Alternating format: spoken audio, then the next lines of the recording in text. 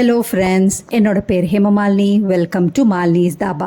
இன்றைக்கி நம்ம சேனலில் வீட்டில் தோசை மாவு இல்லாத சமயத்தில் சட்டுன்னு 10-15 நிமிஷத்தில் செய்கிற மாதிரி இன்ஸ்டண்ட்டான, அது மட்டும் இல்லை நல்ல கிறிஸ்பியான டேஸ்டான தோசை எப்படி செய்கிறதுனா பார்க்க போகிறோம். இன்றைக்கி நம்ம பார்க்க போகிறது கேழ்வரகு தோசை. ரொம்ப ஆரோக்கியமானது. குழந்தைங்க கேழ்வரகுனா சாப்பிட மாட்டாங்க. ஆனால் இந்த மாதிரி நீங்கள் தோசை செஞ்சு கொடுத்தீங்கன்னா 10 இல்லை 15 தோசை சாப்பிடுவாங்க. அந்த அளவுக்கு டேஸ்ட்டும் நல்லாயிருக்கும், நல்ல கிறிஸ்பியாக இருக்கும். வாங்க வீடியோவுக்கு போய் அதை எப்படி செய்யலான்னு பார்க்கலாம். அதுக்கு முதல்ல இது வரைக்கும் நம்ம சேனலை சப்ஸ்கிரைப் பண்ணாமல் இருந்தால் மறக்காமல் சப்ஸ்கிரைப் பண்ணி வச்சு பக்கத்தில் இருக்க பெல் பட்டனையும் ப்ரெஸ் பண்ணி வச்சுக்கோங்க. அப்போ தான் நான் போடுற வீடியோஸ் உங்களுக்கு நோட்டிஃபிகேஷன் வரும். வாங்க டிலே பண்ணாமல் வீடியோவுக்கு போகலாம். கேழ்வரகு தோசை செய்கிறதுக்கு ஒரு பாத்திரத்தை வச்சுருக்கேன். இதில் 1 கப் அளவுக்கு கேழ்வரகு மாவு எடுத்துக்கோங்க.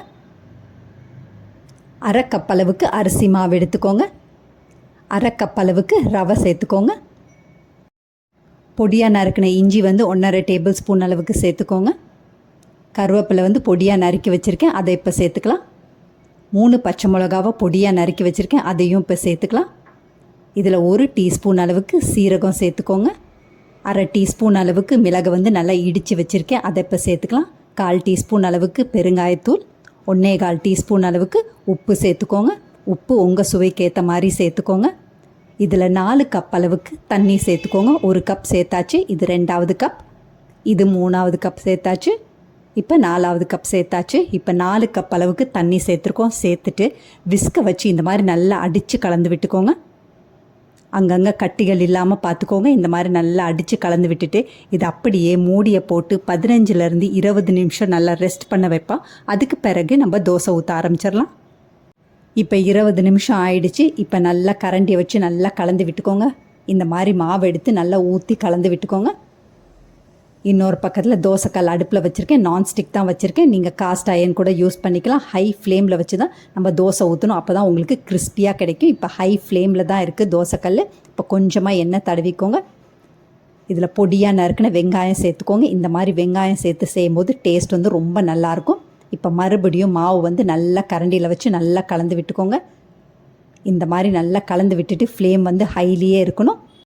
1 குழிக்கரண்டி அளவுக்கு மாவு எடுத்து நல்லா ஊற்றிக்கோங்க. இந்த மாதிரி மேலே தூக்கி ஊற்றணும், அப்போ தான் உங்களுக்கு நிறைய ஓட்டைகள் வரும். தோசையில் நிறைய ஓட்டைகள் வந்தால் தான் நல்லா கிறிஸ்பியாக இருக்கும். அப்படி இல்லைன்னா உங்களுக்கு சாஃப்டாக கிடைக்கும் தோசை. இப்போ 2-3 குழிக்கரண்டி ஊற்றியாச்சு. தேவையான அளவு நல்லெண்ணெய் சேர்த்துக்கோங்க. நான் இன்றைக்கி 2 டீஸ்பூன் அளவுக்கு நல்லெண்ணெய் சேர்க்குறேன். நல்லெண்ணெய் சேர்த்துட்டு இப்போ ஃப்ளேமை மீடியமில் வச்சுக்கோங்க. லோ ஃப்ளேமில் வச்சிங்கன்னா உங்களுக்கு சாஃப்டாக தோசை கிடைக்கும். மீடியம் ஃப்ளேமில் வச்சா தான் உங்களுக்கு நல்லா கிறிஸ்பியாக கிடைக்கும். இந்த மாதிரி கைப்பிடி உள்ள தோசைக்கல்லாக இருந்தால் உங்களுக்கு ஈஸியாக இருக்கும். ஃப்ளேமை மீடியமில் வச்சுட்டு இந்த மாதிரி நல்லா கைப்பிடியை வச்சு நல்லா ரொட்டேட் பண்ணிங்கன்னா உங்களுக்கு ஈவனாக ஒரே மாதிரி சரிசமமாக எல்லா பக்கமும் நல்லா கிறிஸ்பியாக கிடைக்கும். ஓரங்களும் நல்லா கிறிஸ்பியாக இருக்கும். அப்படி இல்லைன்னா நடுப்பாகம் மட்டும் நல்லா கிறிஸ்பியாகிடும். ஓரங்கள் வேகாமல் இருக்கும். இப்போ பாருங்கள், எல்லா பக்கமும் நல்லா கிறிஸ்பியாக இருக்குது. இப்போ நம்ம தோசைக்கல்லேருந்து தோசையை எடுத்துடலாம்.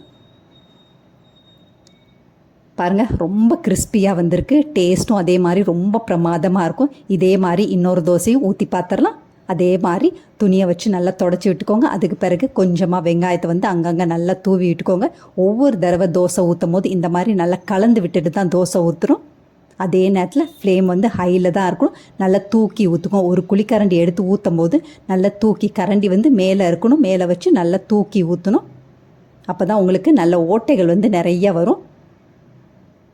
இப்போ மறுபடியும் நல்லா எண்ணெயை ஊற்றிக்கலாம். அதே மாதிரி கைப்பிடியை வச்சு நல்லா ரொட்டேட் பண்ணிக்கோங்க, எல்லா பக்கமும் நல்லா கிறிஸ்பியாக கிடைக்கிறதுக்கு. இப்போ பாருங்கள், எல்லா பக்கமும் ஒரே மாதிரி நல்லா கிறிஸ்பியாக ஆயிடுச்சு. இப்போ நம்ம தோசைக்கல்லேருந்து தோசையை எடுத்துடலாம். பல ஆரோக்கியங்களை அள்ளித்தரும் கேழ்வரகு மாவு வச்சு ரொம்ப சிம்பிள் அண்ட் ஈஸியாக இன்ஸ்டண்ட்டாக ஒரு அருமையான கிறிஸ்பியான, அதுவும் குழந்தைங்க விரும்பி சாப்பிடக்கூடிய அளவுக்கு ஒரு தோசை ரெடி பண்ணிட்டோம். டேஸ்ட் ரொம்ப பிரமாதமாக இருக்கும், ரொம்ப கிறிஸ்பியாக இருக்கும். நான் சொன்ன அளவுகள் மாதிரியே நீங்கள் செஞ்சிங்கன்னா கண்டிப்பாக டேஸ்ட்டும் நல்லாயிருக்கும். அதே நேரத்தில் நல்ல கிறிஸ்பியாக கிடைக்கும்.